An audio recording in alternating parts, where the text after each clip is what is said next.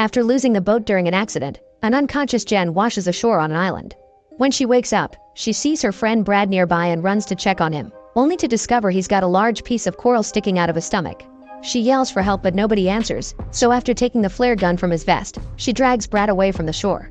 She removes the coral to then cover the wound with some fabric, yet Brad's only response is asking, "Did you see it?" Jen thinks he needs some water, so she runs into the jungle to find a coconut and breaks it with a rock. Unfortunately, by the time she returns, Brad is already dead. Afterward, Jen explores the island, but walking down the beach just makes her do a full circle until she's back where she started. Then she explores the jungle and finds a bunch of stuff that's been there for a while, judging by its condition. Jen yells for help again but nobody answers, so she searches the bag and finds some medicine. Next, she checks the cooler and finds some sealed soda bottles. There are more objects under some leaves, like a little metal box in which Jen finds matches, some sailcloth, and a bag with toys. Suddenly, Jen hears a weird noise and goes looking for the source. It's coming from a hollow tree, and when she looks inside, she's startled by a bird flying out. Then Jen covers Brad's body with some big leaves. Noticing the sun setting, she looks for a spot to spend the night right before it starts raining. She covers herself with the sailcloth and leaves some things out to collect water. The following morning, Jen finds tons of dead fish on the shore and begins collecting them in a bag. She's also shocked to find a dead shark with nasty gashes on its body. Jen uses rocks to cut all the heads off and keeps the fish in the cooler for later consumption. While looking through another bag, she finds a notebook and tries to read it, but the water has erased all the text. Among the pages, there's a picture of a couple that makes her feel extra lonely.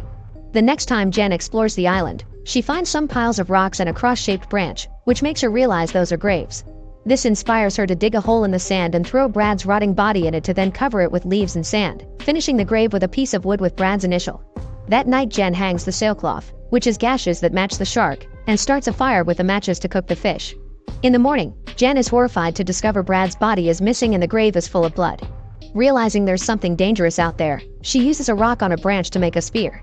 She also brings a log to use as support so she can spend the evening sitting with her eyes on the jungle. Eventually, Jen falls asleep and is woken up in the middle of the night by a strange noise. However, she can't see anything among the trees and assumes it was the fire. The next day, Jen notices some items floating nearby and gets in the water to retrieve them. Before swimming back, she dives to check if there's anything else, and she's shocked to see a mysterious hole in the ocean's floor. She doesn't dare to go closer and returns to the shore with her new things. Inside a suitcase, she finds a bunch of clothes and changes into something warmer. That night, Jen checks the box again and discovers pictures of the dead owners. Suddenly, she hears a plane fly by, so she immediately runs to the shore to shoot a flare, but unfortunately the plane doesn't see it. As the flare falls into the sea, it reveals the silhouette of a strange tall monster. A terrified Jen hurries back to grab her spear and runs to hide in the jungle. Soon the monster steps on the island and searches among the bushes, but it doesn't see Jen and leaves without attacking. The following morning, Jen notices the monster made a mess out of her camp. When she picks up the old pictures, she discovers the monster's eyes in the background. Desperate to escape, Jen puts Brad's and her life vests inside the suitcase, then she takes it to the water. She intends to use it as a raft, but the suitcase isn't stable enough to support her weight and Jen throws it back on the sand with lots of frustration. Before the sun sets, Jen hides inside the hollow tree to sleep safely. Later in the middle of the night, she's woken up by the noises of the monster arriving to the island. It grabs her log to begin rolling it and pounding on it, so Jen has to concentrate not to make any noise and protect her head. After lots of shaking and growling, the monster gets bored and finally leaves. Days pass with Jen surviving during the day by fishing and during the night by hiding in a hole. After some practicing, she finally manages to kill a small shark with her spear. She hangs it on a tree before falling asleep in the hole, but she still hears the noise of the monster taking the shark away. Sometime later, the waves drop another body on the shore. When Jen checks on it, she discovers severe face wounds caused by the monster, not to mention it's missing the legs. She hangs it on the tree and hides in her hole, but this time she stays awake to watch the monster arrive. It quickly brings the body down and starts feeding on it. At that moment, Jen hears a plane fly by and gasps, but she can't come out because the monster is walking near her hole. When it fails to find her, it goes back to the ocean, but unfortunately the plane is already gone.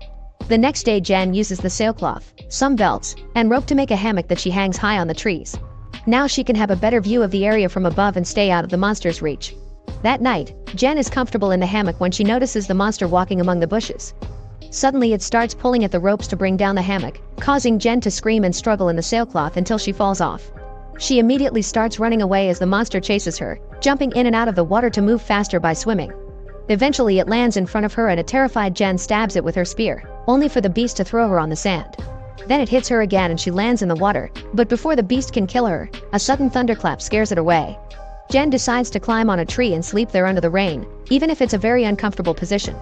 In the morning, Jen checks her leg and finds a nasty wound. While she washes and changes clothes, she sees a life raft floating nearby and immediately jumps in the water to reach it. There are two people inside, her boyfriend Lucas and Brad's girlfriend Mia. Jen helps them reach the shore and the couple reunites with a tight hug. Then Jen shares her fish and the sodas while trying to tell her friends about the monster, insisting they should use the raft to leave.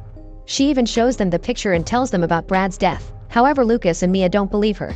They think she's been seeing things and they refuse to get back on the raft because the isolation almost drove them mad. Afterward, Jen announces she'll get more food and borrows Lucas' Swiss knife. When she opens it to clean the fish, she notices blood on the blade and gets suspicious. She tries to convince her friends to leave again and an argument ensues that ends with Lucas yelling at her. Later, while Lucas and Mia are distracted, Jen gathers her things and puts them in the raft before pushing it to the ocean to escape. However, her friends see her and run to stop her. Lucas grabs Jen and in the struggle, she kicks Mia in the face. Furious, Mia retaliates by knocking Jen out with an oar. It's nighttime by the time she wakes up and she's horrified to discover her friends have tied her to a tree. They refuse to untie her when she asks, and Mia leaves to give the couple some privacy. Lucas begins complaining about Jen's attitude, mentioning how he had been having fun in the boat with his friends yet she wasn't happy and even threatened to break up with him. Jen thinks this isn't the right moment to discuss their relationship, but Lucas keeps going, yelling about how Jen has no home, no money, and no life without him. He thinks she had no right to try to abandon him on the island after everything he did for her. As Jen insists on leaving and talking later, Lucas points out she's sounding too much like his friend Zach, but he doesn't say what happened to him. Meanwhile, Mia is walking on the shore and notices some fish pieces in the water. Suddenly, Lucas and Jen hear Mia scream, so Lucas grabs a torch and runs to help her. He finds the monster killing Mia and hits it with the torch, only for the beast to push him away. Then it jumps into the sea and takes Mia with it. By the time Jen finally cuts the ropes off, it's too late, there's only blood left in the water. The next morning, Lucas finally agrees to leave in the raft with Jen. They work together to get a bunch of fish and cook them all with a fire made from the last match. This way they can bring provisions to the trip. Afterward, they put all their things in the raft and take off at last. Inside the raft, Jen is surprised to see multiple bloodstains. As Lucas starts to row, he suddenly sees the creature swimming under them. Its claws reach out to attack Lucas, who immediately hides inside the raft and Jen closes it up. However, the monster doesn't give up and starts scratching the bottom of the raft. After a few hits that make the whole structure shake, the monster punches a hole and pokes its head in. Jen immediately kicks it and Lucas starts shooting the flare gun. The first time he misses, but the second flare lands in the beast's mouth. The duo then uses the chance to push it back into the water with the spear. For a second they think they're safe, however the creature reaches through the raft base again and drags Jen underwater, intending to take her to his hole. While she struggles against its hold, Jen remembers Lucas' dagger and uses it to stab the beast, who lets go of her and swims away. At that moment it sees Lucas jumping in the water to rescue Jen and quickly swims towards him, grabbing him at the last second to then drag him into the hole.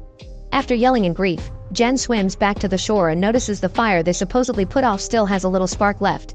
Jen runs to work on rekindling it until proper flames appear again. Afterward, she grabs the notebook and writes a letter explaining what's happening in case she dies and someone finds her.